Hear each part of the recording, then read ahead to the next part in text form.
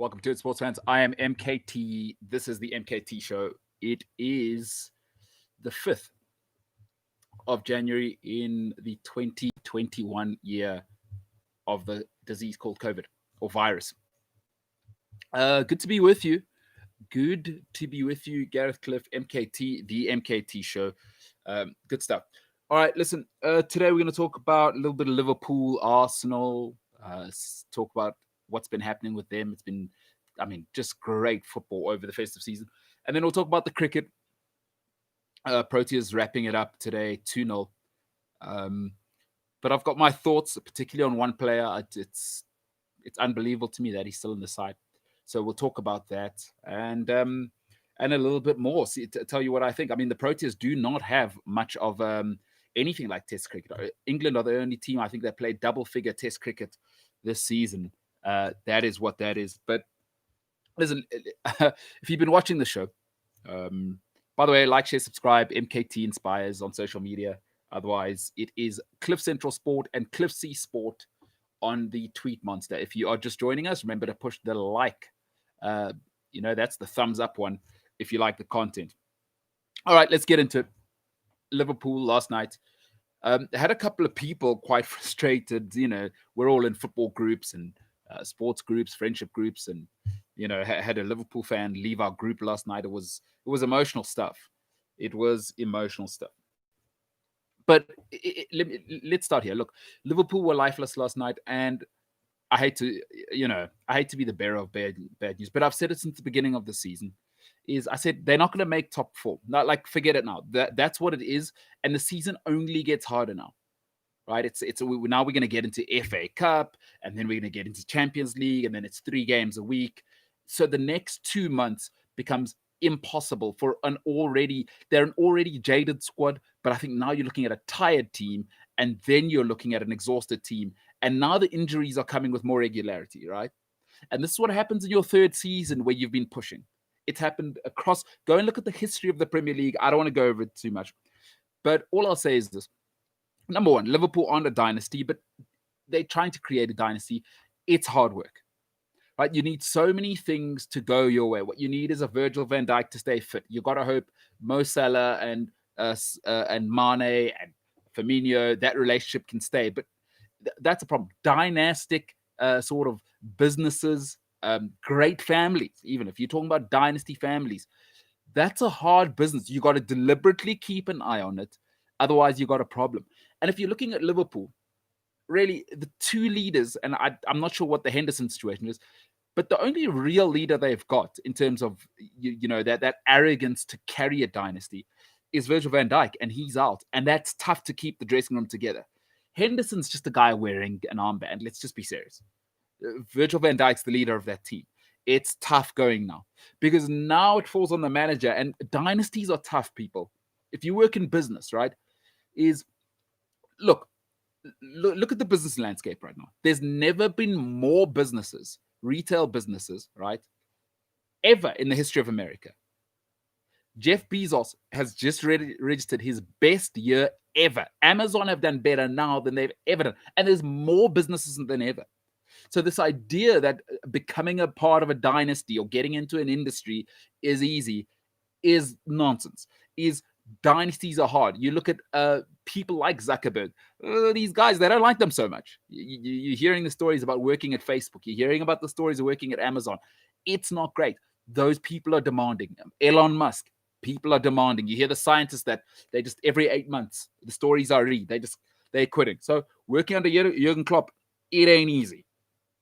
Folks, here's the other thing. Once people start to win, they get a little bit of money. People get comfortable. Is the egos grow.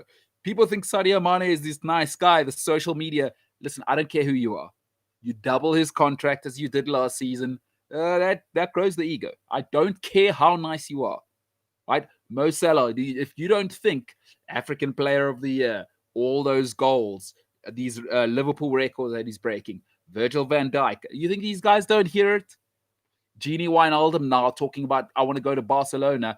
Really, it's probably excuse me, I'd like to earn as much as Bobby Firmino, and I'd like to earn as much as Mo Salah, because it's ego. Because Wijnaldum thinks, hey, I'm as big a part of this as Mo Salah. He won't say it, But let me tell you for free, footballers are creatures of ego.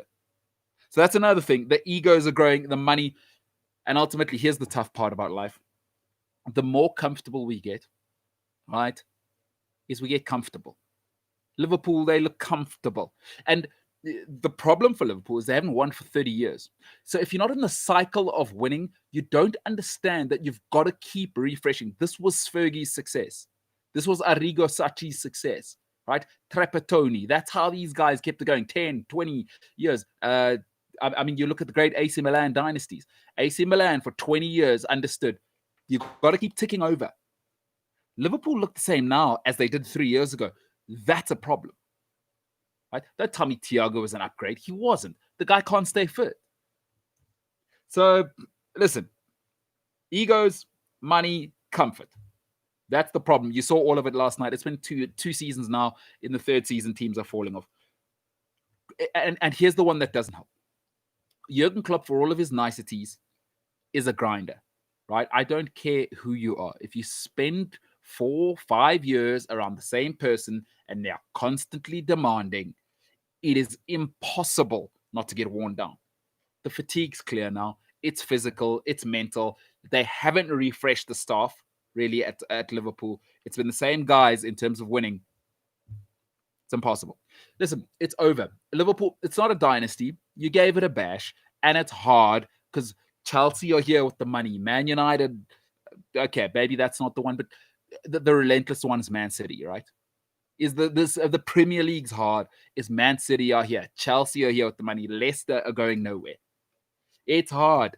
It's a hard business. And you're trying to live up to Liverpool in the 80s. It ain't going to happen. It ain't going to happen. If you're a Liverpool fan, look, it was a nice ride.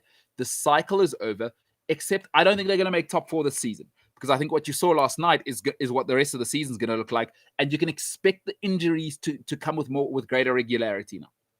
You can see, I mean, it was Henderson and Fabinho at the back yesterday. That's not going to get any better. And Fabinho likes an injury. We've seen Henderson likes an injury. Then you're playing is it Williams at the back, that young kid? I mean, that's not going to work. It's over. And I said at the beginning of the season, I don't want people saying it's hindsight. I told you at the beginning of the season, fatigue's real in your third season of trying to be great. So it's over for Liverpool. Last night was not a blip. We've seen it. They lost 7-2 to Aston Villa with Van Dijk. I don't want to hear it. The goalkeeper loves an injury. It's problems all over. I think it's been good. Enjoy it now, right? Because you're probably 5th or 6th this season. And it's not hindsight. If you've been watching the show since the beginning of the season, I've said it. Those are my thoughts on Liverpool. I don't see how they come back from this. And there was the incident when Sadio Mane, I think it was last season, came off the pitch because Mo Salah wouldn't pass him the ball. And I said in an episode, right, back then, I said it at the time, I said, that is fatigue. Because Mo Salah's always been selfish. Sadio Mane now is going, excuse me, I'm the best player in the league. Please, pass me the ball. That's hard. And now you don't have Virgil van Dijk to manage all of those personalities. And now Gini Wijnaldum's going, excuse me, double my money or I'm going to Barcelona. Because Sadio Wijnaldum will tell you, I want to be as much a part of this as everyone else. Can't pay everybody, FFP. Can't pay everybody. Wijnaldum's out of there. I mean, you got Henderson left, and then the rest are just injury-prone guys. Keita now injured again. It's a problem. It is a problem. Trent Alexander-Arnold off the pitch yesterday. Look, that injury, I've said it to people. Their best players, you don't get better during the season. Alexander-Arnold, that's a problem because he's 50% of their attack. So, sorry, Liverpool fans, try to warn you, it's over. And no dynasty, by the way. Can I hear that? Stop that. You're a Champions League title and a league title, one in each season. It's not a dynasty. Let it go. All right, let's move to another red team, and then I'll get to comments. Arsenal. So 3 wins in a row for them. But as I like to keep it real. Look here. Tell you something. Arsenal, you're not winning anything. Relax. Take it easy. All right, 3 wins on the bounce. Very nice.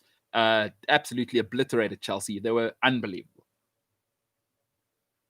But let me tell you the thing about young people is they are inconsistent. All right, Arsenal's 2 best players are Bukayo Saka and Emil Smith Rowe, right? Now, that is a gift and a curse. It's a gift because it means in 5 years' time, Arsenal are sorted. You've got a brilliant young player. I think Smith Rowe's the guy. And I think in Saka, you've got an unbelievable gem.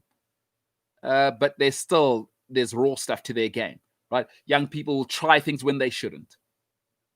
They don't know that. It's not their fault. You can't blame Smith Rowe if they're playing Man City or in the next game against Chelsea or Man United and they try something on the edge of their own box, which they should. They're young players, right? They aren't what they call in football cultured yet. So that's a good thing. The upside is that in 5 years' time, you're sorted because those two are going to be top of the pops. Barring injuries, you're looking at like a Robert Pires type of figure. Smith Rowe reminds me of Robert Pires, and Bukayo Saka is just phenomenal. Right? I can't even think of an Arsenal player. Probably a mix of Ljungberg and Henry is what I'm seeing. That passing, the delivery. He's got a bit of Paul Merson about him as well. He can get past players, and he's got a trick in him, Bukayo Saka. He's got everything. He can cross, he can finish, he drives into the box. And for somebody below the age of 21, he's got end product. That's awesome. But for Arsenal fans, just be realistic, right? Just bring the expectations, bring them right down. You're going to be top 8, and that's fine because this season is a write-off. You're not going to win anything. I think that's been very clear. Because if those two are your best players, I'm sorry, the Willian thing's a bust. You're shocking at the back. Your top 8, young players are not consistent. You cannot lean on young players for 38 games. You cannot lean on Saka. You're probably looking at 20 great games from an 18-year-old, 19-year-old, 20-year-old, 21-year-old. You cannot lean on Saka. You cannot lean on Smith Rowe. And ultimately, what you got to say is Smith Rowe wasn't part of the plan. So you got to make him a part of the plan now. And you know what happens when you make him a part of the plan? It means Willian or some of the other higher paid, the Ozil situation is not going anywhere. So you're pushing out another senior player. That's going to be a mess in the dressing room because they don't have a captain. So Arsenal, you'll be top 8, right? So young players tire. They're going to be inconsistent. But here, I think, is the biggest problem for Arsenal this season. Aubameyang's not a captain. And last season, I said they've got one world-class player. It's Aubameyang. Listen, I can't be a hypocrite and say I don't think Harry Kane's world-class because he doesn't make anyone else better, and then say Aubameyang's world-class just because of his talent. So what I've seen is my captain needs to be in lockstep with my coach. I can't have Aubameyang taking the dressing room side. And he's clearly sulking because I think obviously there must be something with Ozil or some of the other players. It's coming out in reports now that there's problems in the dressing room. The captain needs to be the CEO of the club. So Aubameyang is clearly a guy who likes to be cool and popular. And I said with Grealish, I don't like it. I said with Pogba, I don't like it. Because Pogba's one of the leaders in the Man United dressing room. That's a problem, right? Grealish, leader at Aston Villa, that works short term. That ain't going to work long term. Trust me. He's already shown me what he is. And I believe people the first time once you show me what you are. But Aubameyang is sulking. Nobody's going to tell me different. I'm watching. I see what I see. It's not the ability that's a problem. Something's clearly gone wrong. And it's clearly something in the dressing room because they gave him his money. And I've said this before. When you pay people, money does not change people, right? When you pay people, it makes them more of who they are. And all Aubameyang wants to do, and it's okay, all Aubameyang wants to do is pitch up in his cool gold Maserati, which is cool. He doesn't want to lead. You see that. You saw it when things were tough. Is Aubameyang, we're paying you the money for when things are rough, not when things are going well. Arsenal are playing well without him now. And he's the leader of your dressing room. That's a problem. He's sulking. He's actively sulking. That is unbelievable to me. That is Arsenal's biggest problem. And now what do? Because you've given him £300,000 a week.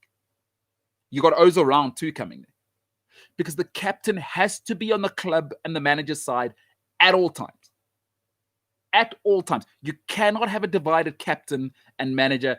It will not work. Tell me one place in the world where the board and the CEO are apart and it's successful. Nowhere.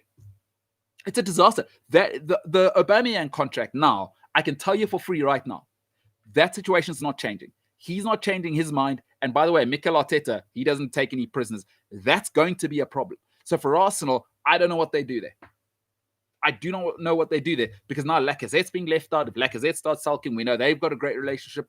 Aubameyang, you've paid for 3 years. Oh my goodness, that is a problem. You made a huge error there. The positive side is just give Arteta this season and next season. He's still got to get rid of so much deadwood. Top 8 this season, that's okay. So calm down because the defense is still not good enough. Bellerin's not good enough. I don't know what you're doing at centre back. Pablo Mari, still, I don't know what's going on there. Right, you've beaten a low confidence Chelsea side.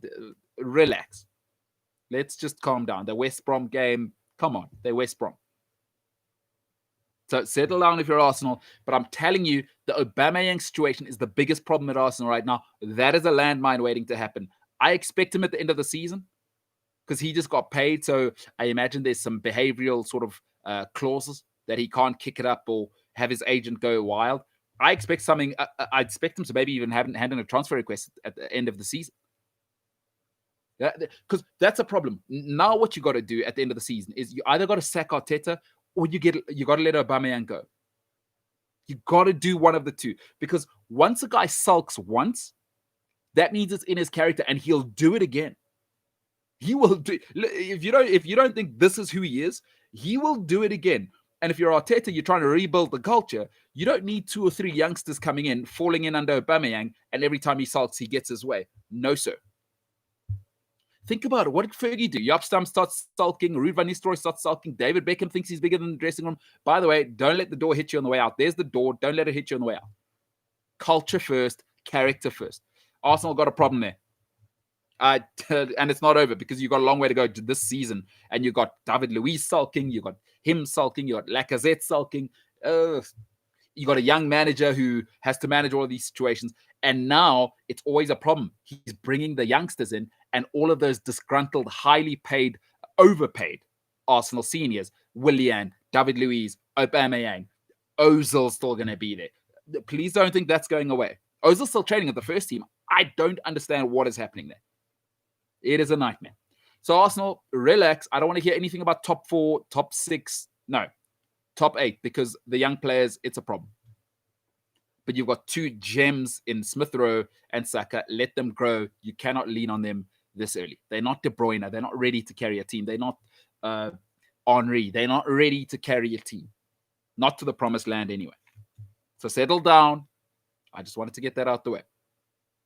All right, before I finish off with some cricket talk, Jacques Huersen says, I think in football, there's not a lot of leaders. I was talking to somebody whether I cherish that old way of leadership, that rah-rah kind of leadership, that Roy Keane leadership.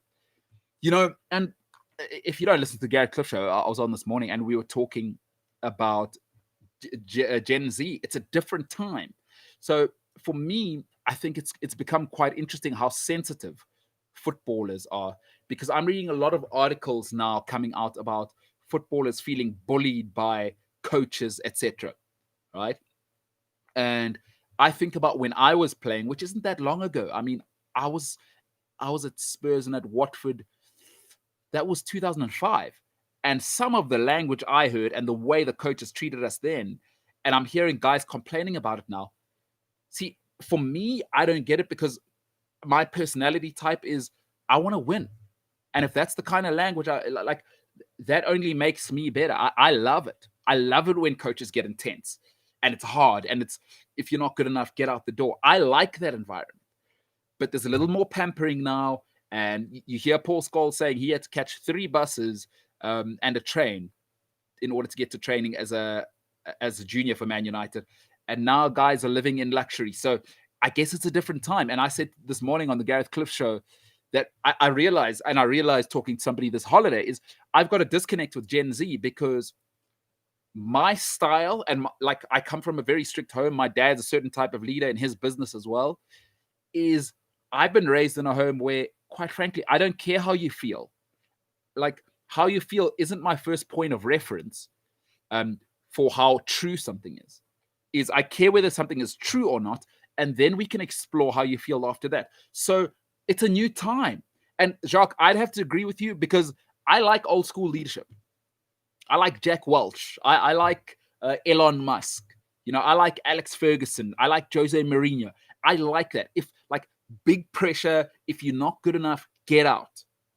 But it's a new time. These pampered footballers, and maybe it's it's that I don't know if I'm getting old, but listen, leadership's pretty right. That's a pretty like eternal thing. You read Marcus Aurelius until now, it really hasn't changed.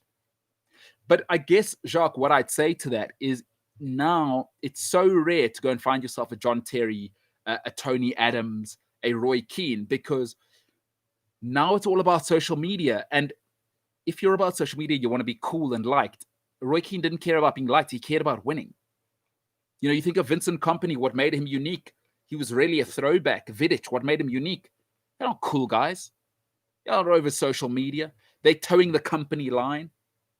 So, Liverpool fans might say that's what Jordan Henderson gives you. A bit of a throwback to those old times. Jordan Henderson's not cool. He's not trying to be cool with anybody. Gerrard wasn't trying to be cool. He was trying to win. He was Liverpool first. If you're not good enough, if you're not about this club, I mean, you remember how he unceremoniously, what he said when El Hadj Diouf left Liverpool. Gerrard doesn't care. Get out. These new kids, I think everybody's trying to pamper everybody. And I think it's what's happening at Chelsea. There may be a struggle because I think Thiago Silva might be struggling with being that old school leader. There's a lot of kids at Chelsea. And a lot of the thing about young people, and I guess this happens in every generation, they're very sensitive. So perhaps there may be leaders, Jacques, I don't know. But the young kids, they don't respond to that anymore. I think it's a different divide. The Gen Z, it's a different world. So I agree with you, Jacques, but maybe it's because I'm from the old school. And maybe I'm just getting old. A friend of mine and we had a conversation in this lockdown. And if you listen to the show this morning, somebody got a little bit upset with me. But I just come from a different time. I come from a strict dad. My old man, he's never cared what anybody thought about him. He doesn't, he treats his kids the way he treats his workers. Like, let's talk about it straight. I don't care how you feel. Is it true? If it's true, then we can start worrying about how people feel. So, I just don't know. I don't know, man. So, Jacques, my biases as a 34-year-old in the time we live in is I don't see leaders in football anymore. I see a lot of followers, which is why, Jacques, I think you may not see a dynasty for a while. Because if you're talking about like a United-style dynasty, a Chelsea-style dynasty, is you got to have a John Terry, right? Think of the great strength of Chelsea's dynasty. Terry, right? Ballack, Drogba, Ashley Cole. What do all those guys, Ivanovic, Peter Cech, what do those guys all have in common? They were all captains of their national teams. Think of Manchester United, right? Schmeichel, Bruce, Edwin van der Sar, Cristiano Ronaldo, Paul Scholes, Michael Carrick, Brian Robson. What were all those guys? Captains of their national teams. And what do they care about? Winning. None of those guys cared about being cool. Look at the captains today. You start to look at Man United, Harry Maguire. I mean, Mykonos. What does that tell you? Cares a little bit more about being cool than anything else. Man City, what's going on there? Kevin De Bruyne, he's a little bit shaky. I like to be popular. Arsenal, Aubameyang. Chelsea was struggling. Thiago Silva's a bit of a throwback. So they're a dime a dozen. And who's winning now? Liverpool just won. Henderson, not cool, all about winning, all business. So it's a great point, Jacques. It's a great point. And I've been speaking to somebody about it. And, it is what it is. I don't think there's as many great leaders in football today, which is why I don't think you're going to see Chelsea and Man United style dynasties for a while. Because you cannot replace a great captain. It is impossible to replace. Man United are still trying to replace Roy Keane. By the way, that's 20, when did Keane go? 2003? That's 17 years ago. They're still trying to replace Vidic. Vidic is 7 years out. 7 years removed. Natural leadership doesn't come along often because it's the toughest thing, right? Is footballers are such sensitive, egotistical animals. I know that. I was one. My ego's through the roof. I'm not scared to say it, right? Is you want to be liked, but then you get that special one, right? Those special ones: Gerrard, Lampard, Terry, Adams, right? Campbell. These are special, special people. I don't care if you like me. Come in here. There's standards. Let's go win. I don't see it much. Guys want to be cool on Instagram. All right. Very good point. Very, very good point. All right. Let's finish off with some cricket talk. Listen, Proteas wrapped it up today, 2-0. But I'll make this short and quick. Themba Bavuma is not good enough to be playing Test cricket as a batsman. We've got to say it. Like, he's not good enough. He is. I'm sorry. I've seen enough now. He's 30 years old. It's not a maturity issue. It's not. He hasn't had the time. He's at 42 tests. You cannot average 31 with the bat when all you do is bat. I can't have that. We've tried him at 3, tried him at 4, tried him at 5, tried him at 6. Listen, the problem with 6 is one of the most important positions in the batting lineup in Test cricket. And people say, why? Because if the top order doesn't fire, number 6 more often than not, and if you're playing against good teams, you're not always going to be 200 for 2. You play against good teams, right? You're 180 for 4 more often than not. And you've got to carry the tail. You have got to carry the tail. I'm sorry, you cannot, after 42 tests, have 100. And I can't have a conversion rate of 114 50s. I can't deal with that after 42 tests and you're 30 years old and all you do is bat. I can't do that. And the problem for Themba Bavuma is that technically as a batsman, he's not good enough to bat at 3, 4, 5, right? That's your top order. He's not good enough to bat in the top order, right? He's not tight enough. And he's not, his ability to leave is not good enough. He's not good enough to grind an attack down. He just is technically not, he doesn't have the resources technically. And that's all Test batting is, right? It's the mental side, yes. And he's got a bit of fight, which only takes you so far. But really, Themba Bavuma is a number 7, 8 batsman. You can't, like, it's not my opinion. You can't average 31 over 40 tests and have 100. You cannot. And then offer me nothing with the ball. I'm sorry. It was my problem with John T. Rhodes. I thought John T. Rhodes played too long. You can't be averaging what John T. was, 28, 30? No. I'm sorry. That's not good enough. That is not good enough. All he does is field. 31 average. You know, here's the issue. Is that Marnus Labuschagne, right, in 16 tests, which is 26 tests less than Themba Bavuma, has 300 runs less than him. Come on, guys. Come on. And it's harder for Labuschagne because he's batting 3, so he's basically opening. So it's not like he's getting away with it at 6 and they've tried to hide Themba at 5, 6. Sorry, like it's over now. And here's the biggest problem, right? In Test cricket, here's the balance you want. For those of you that don't watch cricket, you want something called the 6-4 split.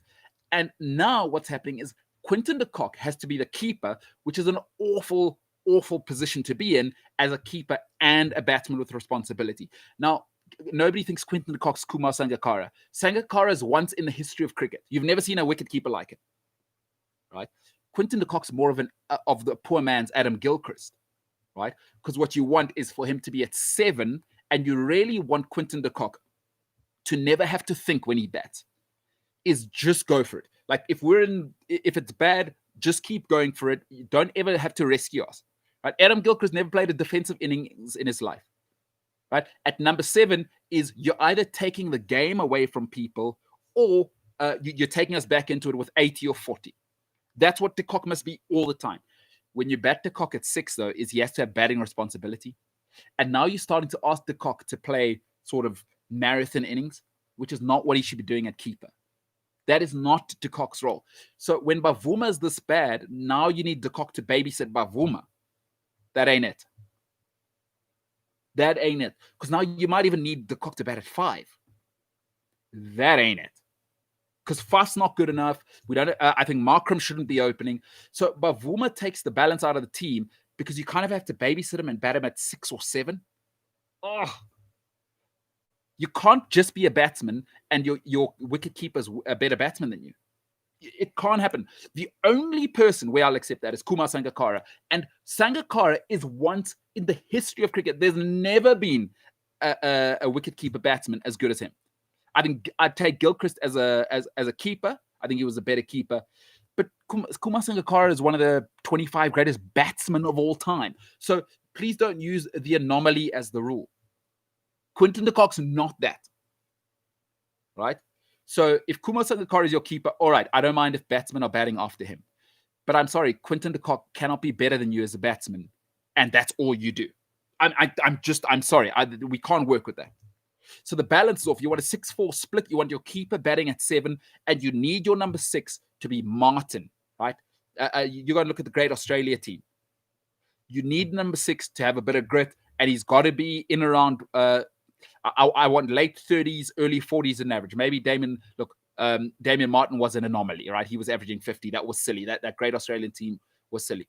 But I need my number 6 averaging between 38 and 45. I can't have 30. Because I'm going to need double figure hundreds from Bavuma by now. 42 tests is more than enough to show me what he's got. Folks, we've seen what Bavuma is now. I'm afraid at that final level, all effort, no ability, that's okay in provincial cricket. Folks, he's 30 now. Move on. Hamza is, at the very worst, Hamza is as good as Bavuma, right? At the very worst. Get Hamza in now. The Proteas are a shambles. We retired our whole team in one season, in 18 months, right? Kallis, Amla, AB all went in 18 months. Ridiculous. Terrible succession planning. All right, we're here now. Bavuma out, Hamza in, and just get Markram out from the opening spot. I don't care who opens, quite frankly.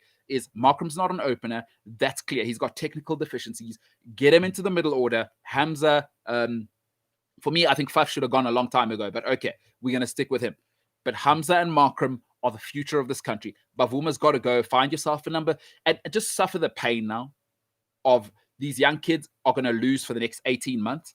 That's okay. But we can't keep going with Bavuma to be mediocre in 5 years' time. Because that's what Bavuma's mediocre now at 30. What's he going to be in 5 years' time? Mediocre. He's got to go. I'm sorry. I've seen enough. I don't understand defenders of Bavuma. It makes no sense to me. It makes no sense. I'm afraid if you're just a batsman and you're giving me 30 at test level. The problem for Bavuma is that I can see Kane Williamson, who just made another massive double ton today, by the way. And I think Pakistan are better than Sri Lanka. I do. Well, we're about to find out, right? Bavuma, can't make 100 against this Sri Lankan team? Come on. 100 in 4 innings. Or 2 innings, 2 and a bit innings. I'm sorry. It's over now. Because I can see Williamson, I can see Labuschagne, I can see Smith, I can see Joe Root, I can see what Ollie Hope's going to become. I'm seeing that, right? I'm seeing some of the Pakistani batsmen. Sorry, guys. I'm seeing Virat Kohli. I'm seeing Rohit Sharma. I'm seeing these guys. They're 45 and up. Right? If you're just batting, I'm sorry. Bavuma has to average 45 or more because he gives me nothing else. He doesn't give me anything else. And because where Bavuma has to bat is somewhere between 3 and 6. And I'm at 6, I'm not tolerating less than 42, 43 as an average. Between 38 and 45, but I need 42, 43, not 30.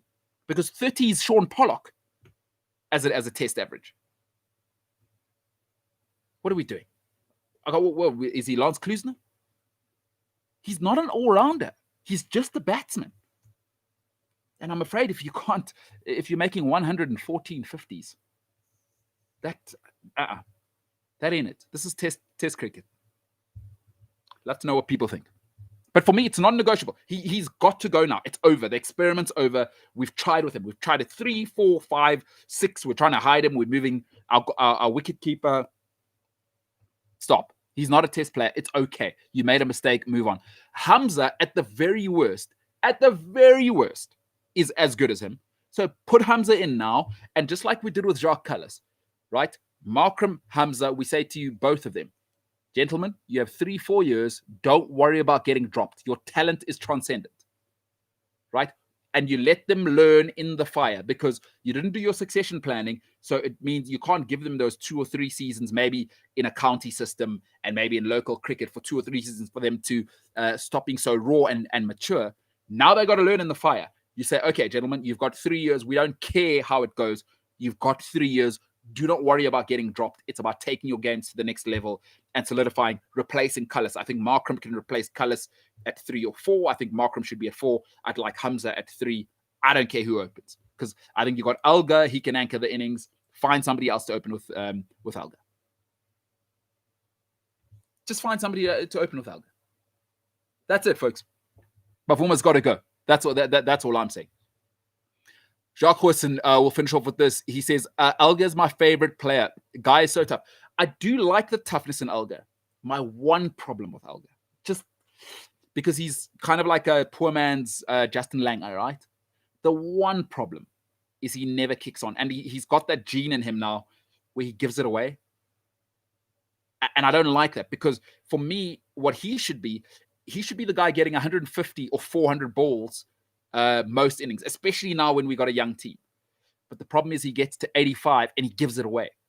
And as an opener, and this is where Justin Langer was so great, and he doesn't get the credit, right? Was he'd let Hayden do his thing, but he'd make that 120, 130 or 350 balls. What does that do? That sets Ponting free, right? That sets Michael Clark free, because at that end, no need to worry.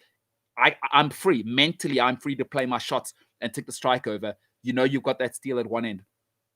I just, in his last years, the one thing I'd like to see from Elgar, and I love his toughness. I do like that about Elgar. But I'd love to see him start to make more of those, those innings that demoralize the opposition. If you're old like me, you remember Langer. Jacques, so you say you're in your 20s. You might be a bit too young to have seen the great Australian team at their absolute peak.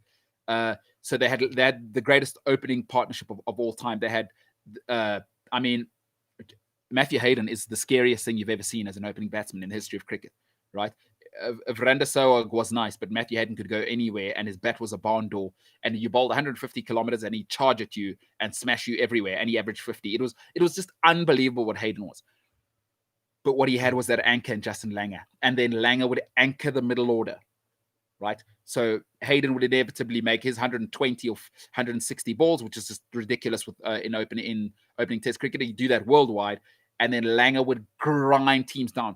And what Langer would do, and this is what I'd like to see Elgar do, is when you're punishing bowlers, is when you start to make them come back for that third and fourth spell. It's one thing the Proteas haven't done well enough over the last few years. That's a problem for me. But I do like Elgar. Jacques, I have to be with you. He's the one guy where I wouldn't like him to be captain, but I'd like us to kind of adopt him as our new Gary Kirsten. And that's what Gary Kirsten did for us for a long time. Demoralize the bowling. You make bowlers, I don't care who they are, go into their third or fourth spell, start bowling 28, 30 overs. And then what do you do when you do that? Is that you win for the batting lineup on the second innings, because those hamstrings get tight on the fast bowlers once you make them bowl 30, 35 overs. And then that second innings is a little bit easier on everybody else. I'd like to see a bit more of that from Elgar. He's probably got another 4 or 5 years. I'd love to see him become more Justin Langer than what he is at the moment. I think he's given away a lot of hundreds. He's probably given away 5, 6 hundreds that I've seen, purely because he's got that rash streak in him. But I agree with you, Jacques. He's nice and tough. Let's see if we can build that ethos around guys like Elgar. Jesse Randolph says, every time Liverpool loses, I think about you. Hey, listen, Jesse, you missed it. I said it from the beginning of the season, Jesse. And if anybody knows, it's Jesse from the beginning of the season. I said they're not going to be top 4. Last night was not a highlights package. It wasn't a blip. Folks, that 7-2 against Aston Villa happened with the full team. Right? We saw the West Brom performance. It's not that they're devoid of ideas. They are something called jaded. I'm sorry. This happens. And listen, if you listen to the show, I'm going to be a broken record. First season, second season, third season, you fall off a cliff. Fatigue is a serious thing. Liverpool, what did I say at the beginning of the season? They have not refreshed. And the people they've tried to refresh with haven't worked. Keita, Oxlade-Chamberlain, injury prone. Thiago, injury prone. So that's not a refresh. Man City have refreshed. Right? Because Diaz is looking like prime Jorge Costa. If you're Portuguese, you know who that is. So, I just don't think Liverpool have done a good job in refreshing, and their top stars now. Listen, let me tell you something about egos. You cannot have too many of them in the dressing room. If you've got lots of them, you need Roy Keane. Right? Man United have lots of egos. You got Roy Keane, no problem. You got Vidic, no problem. You got John Terry, no problem. You got Jordan Henderson, problem. Because John Terry, you know what the thing about having Terry and Vidic and Keane and Schmeichel is? They're the best players as well. Not only are they natural leaders, so they don't care about being popular, I'm the best player as well. Jordan Henderson goes and tells Sadio Mane or Bobby Firmino to calm down. What do you think they're going to say to him? Just get the hell out of my face, dude. What you talking about? You know what I mean? Nobody's saying that to Tony Adams. Nobody's saying that to Tony Adams. You wouldn't dare on your best day on earth. So, yeah, Liverpool, I'm afraid it's over. Jesse Randolph, I'm glad you've got... I don't know whether it makes you... I'm not sure that's a good or a bad thing, because nobody who thinks of me is often... it's a good thing for them. All right, folks, remember to go, before you go, push like. Otherwise, have a great evening for tonight from Gareth Cliff, MKT. This is the MKT Show. It has been an absolute pleasure. For now, we are the hell out of here.